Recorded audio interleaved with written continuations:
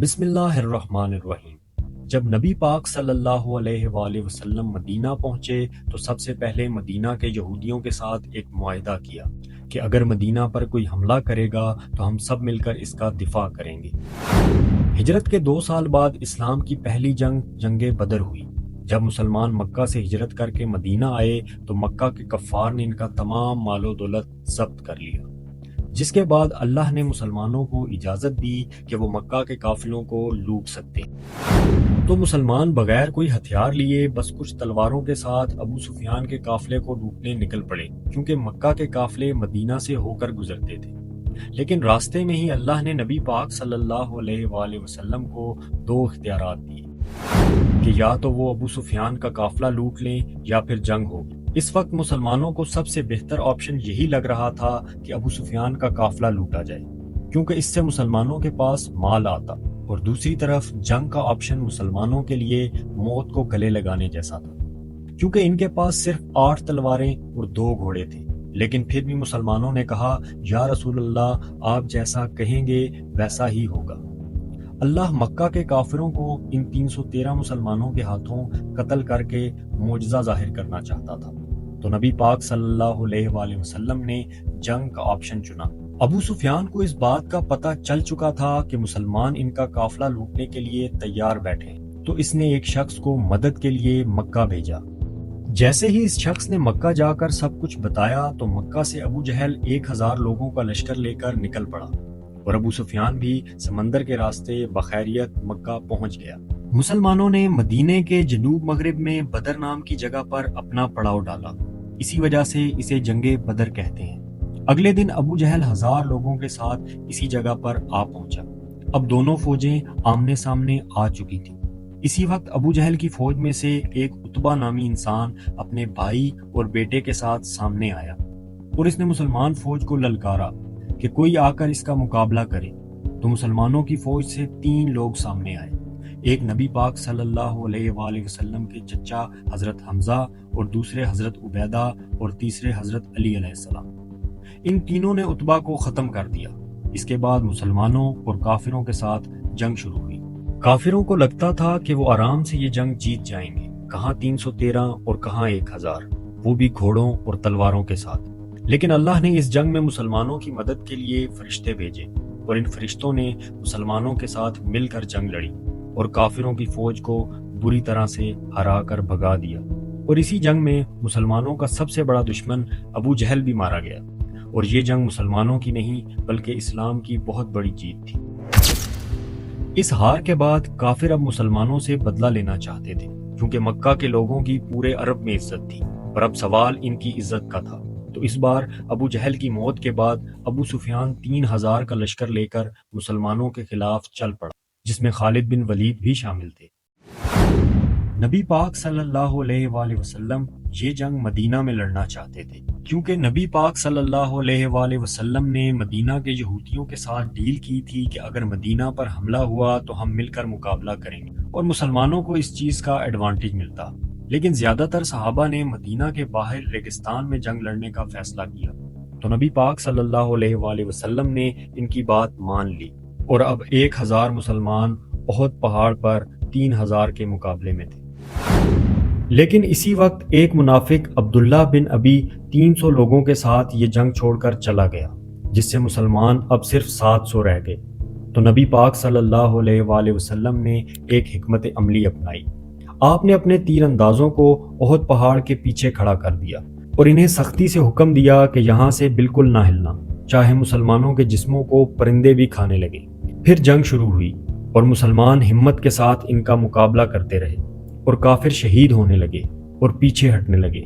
یہ دیکھ کر ان 50 تیر اندازوں کو لگا کہ مسلمان جنگ جیت چکے ہیں۔ ان تیر اندازوں میں سے 35 پہاڑ سے نیچے اتر آئے، اور اسی موقع کا فائدہ اٹھا کر خالد بن ولید نے پہاڑ کے پیچھے سے مسلمانوں پر حملہ کر دیا۔ اب آگے اور پیچھے دونوں طرف ابو سفیان کا لشکر تھا، اور مسلمان ان دونوں کے درمیان پھنس چکے تھے، اور اس طرح بہت سے مسلمان شہید ہونے لگے۔ اور اسی وقت نبی پاک صلی اللہ علیہ وآلہ وسلم کے دانت مبارک بھی شہید ہو گئے۔ اس سے یہ افواہ پھیل گئی کہ نبی پاک صلی اللہ علیہ وآلہ وسلم شہید ہو گئے ہیں، جب صحابہ نے یہ سنا تو کئی صحابہ بھی یہ سن کر بھاگنے لگے، لیکن صرف 12 لوگ نبی پاک صلی اللہ علیہ وآلہ وسلم کے ساتھ باقی رہے، جن میں حضرت علی علیہ السلام اور حضرت سعد بن ابی وقاص جیسے صحابی شامل تھے، اور باقی بچے مسلمان پہاڑ پر چڑھ گئے، جسے دیکھ کر ابو سفیان پیچھے ہٹ گیا۔ جب وہ واپس مڑے تو نبی پاک صلی اللہ علیہ وآلہ وسلم نے حضرت علی اور باقی صحابہ کو ان کے پیچھے بھیجا تاکہ یہ پلٹ کر حملہ نہ کریں۔ ان صحابہ نے بڑی بہادری دکھائی جس کی اللہ نے قرآن میں تعریف کی ہے۔ اس جنگ میں مسلمانوں کو بہت نقصان ہوا، جیسے کہ نبی پاک صلی اللہ علیہ وآلہ وسلم کے چچا حضرت حمزہ رضی اللہ تعالیٰ عنہ بھی شہید ہو گئے، جو کہ مسلمانوں کے آرمی چیف تھے۔ احد کی جنگ کے بعد ابو سفیان نے آخری کوشش کی اور مزید جنگوں کا سلسلہ چل پڑا، جو بالآخر فتح مکہ پر ختم ہوا۔ مسلمانوں کو ختم کرنے کے لیے ابو سفیان نے کئی بڑے عرب قبیلوں کو اپنے ساتھ ملایا تاکہ اس بار وہ ایک بڑی فوج کے ساتھ مسلمانوں کو ختم کر سکے۔ انہوں نے 10,000 کا لشکر تیار کیا، جبکہ مسلمان کل 3,000 تھے۔ وہیں دوسری طرف نبی پاک صلی اللہ علیہ وآلہ وسلم کو بھی اس بات کا پتہ چل چکا تھا کہ ان کے خلاف سازشیں ہو رہی ہیں، تو نبی صلی اللہ علیہ وآلہ وسلم نے صحابہ سے اس بارے میں مشورہ کیا۔ ایک صحابی جو فارس چھوڑ کر مدینہ آئے تھے، جن کا نام حضرت سلمان فارسی تھا، انہوں نے نبی صلی اللہ علیہ وآلہ وسلم کو بتایا کہ فارس میں ہم اپنے دشمنوں سے بچنے کے لیے خندق کھودتے ہیں تاکہ وہ ہم تک نہ پہنچ سکیں، اور ہم ان پر تیروں کے ساتھ حملہ کرتے ہیں۔ نبی صلی اللہ علیہ وآلہ وسلم کو یہ رائے پسند آئی اور آپ نے مدینہ کے سامنے خندق کھودنے کا فیصلہ کیا، کیونکہ مدینہ باقی تمام اطراف سے پہاڑوں سے گھرا ہوا تھا۔ پھر مسلمانوں نے خندق کھودنا شروع کر دیا۔ یہ خندق کھودنا مسلمانوں کے لیے بہت مشکل کام تھا، کیونکہ مدینہ ایک پہاڑی علاقہ تھا اور اس علاقے میں خندق کھودنا آسان نہ تھا، لیکن پھر بھی مسلمان پوری جان لگا کر خندق کھودتے رہے۔ خندق کھودتے وقت ایک ایسا پتھر آیا جو حضرت سلمان فارسی رضی اللہ تعالیٰ عنہ سے نہیں ٹوٹ رہا تھا، تو صحابہ نے نبی اکرم صلی اللہ علیہ وآلہ وسلم کو جا کر یہ بتایا۔ پھر نبی صلی اللہ علیہ وآلہ وسلم خود تشریف لائے اور آپ نے اس پتھر پر 3 بار ہتھوڑا مارا، جس سے وہ پتھر ٹکڑے ٹکڑے ہو گیا۔ اس پتھر کو توڑتے وقت نبی صلی اللہ علیہ وآلہ وسلم کو ایک روشنی دکھائی دی، اور آپ نے فرمایا، پہلی بار جب مجھے روشنی دکھائی دی تو اللہ نے مجھے روم عطا کیا، دوسری بار جب مجھے روشنی دکھائی دی تو اللہ نے مجھے فارس عطا کیا، تیسری بار اللہ نے مجھے یمن بھی عطا کر دی۔ اس وقت رومی اور فارسی سلطنتیں دنیا کی سپر پاور تھیں۔ یہ جنگ مسلمانوں کے لیے بہت بڑی آزمائش تھی، کیونکہ اس سے پہلے جنگ احد میں مسلمانوں کے ساتھ جو کچھ ہوا تھا، اس کے بعد دوبارہ 10,000 کا لشکر انہیں مارنے آ رہا تھا، اور مسلمان صرف 3,000 تھے۔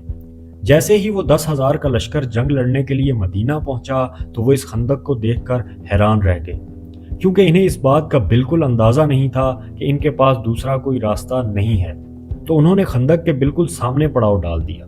لیکن ایک شخص ایسا تھا جس نے یہ خندق پار کر لی۔ یہ شخص ایک بہت بڑا جنگجو تھا، جس سے پورے عرب کے لوگ ڈرتے تھے، کیونکہ یہ 100 آدمیوں سے اکیلا لڑتا تھا۔ جیسے ہی یہ خندق پار کر کے مسلمانوں کے سامنے آیا، اس نے مسلمانوں کی پوری فوج کو چیلنج دیا، تم کہتے ہو مرنے کے بعد سیدھا جنت میں جاؤ گے، تو آؤ میں تمہیں تمہاری جنت میں پہنچا دوں۔ لیکن اسے دیکھ کر 3,000 مسلمانوں میں سے کسی کی بھی ہمت نہ ہوئی کہ وہ اس کے سامنے آ کر مقابلہ کرے، سوائے ایک 27 سال کے نوجوان جس کا نام علی تھا۔ جیسے ہی اس نے مسلمانوں کو للکارا تو حضرت علی کھڑے ہوئے اور نبی صلی اللہ علیہ وآلہ وسلم سے اجازت طلب کی، لیکن نبی صلی اللہ علیہ وآلہ وسلم نے حضرت علی کو بٹھا دیا۔ اس نے دوبارہ للکارا، لیکن کوئی کھڑا نہ ہوا سوائے حضرت علی کے، لیکن نبی صلی اللہ علیہ وآلہ وسلم نے انہیں دوبارہ بٹھا دیا۔ تیسری بار جب اس نے پھر للکارا تو نبی صلی اللہ علیہ وآلہ وسلم نے حضرت علی کو جانے کی اجازت دی۔ ایک طرف عرب کا مشہور جنگجو تھا جس کے پاس سالوں کا جنگی تجربہ تھا، اور دوسری طرف ایک 27 سال کا نوجوان۔ جیسے ہی حضرت علی اس کے سامنے گئے تو اس نے حضرت علی کو پہچان لیا، کیونکہ حضرت علی کے والد اس کے اچھے دوست تھے۔ اس نے حضرت علی سے کہا، میں تجھ سے نہیں لڑ سکتا، کسی اور کو بھیج۔ لیکن حضرت علی نے کہا، میں تو تجھ سے ہی لڑنا چاہتا ہوں۔ اس نے کہا، میں اپنے ہر مخالف کو 3 خواہشات کا موقع دیتا ہوں، تم بھی اپنی 3 خواہشات بیان کرو۔